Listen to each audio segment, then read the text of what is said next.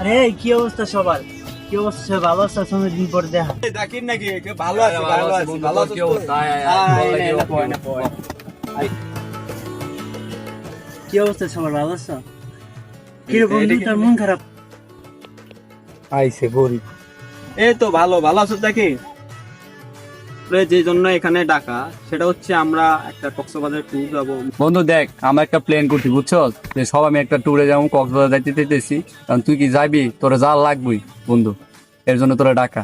আলামিন, ওর থেকে ট্যুরের টাকাটা নিয়ে নি। আচ্ছা ঠিক আছে, নিতেছি, তুই বল। বন্ধু দেখ, আমাদের সবার তো টাকা তো দিয়ে দিছি ইমরানের কাছে ফোনে, এখন তোর টাকাটা দিয়ে দি। আজকে না বললে কালকে সকালের দিক দিয়ে দিস।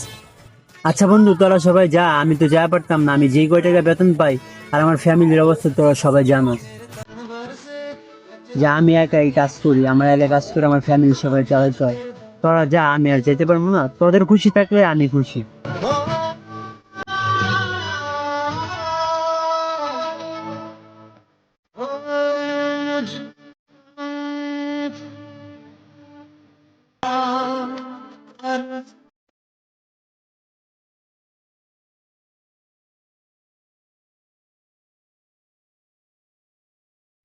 কইছিলাম না আর নেওয়ার দরকার নাই।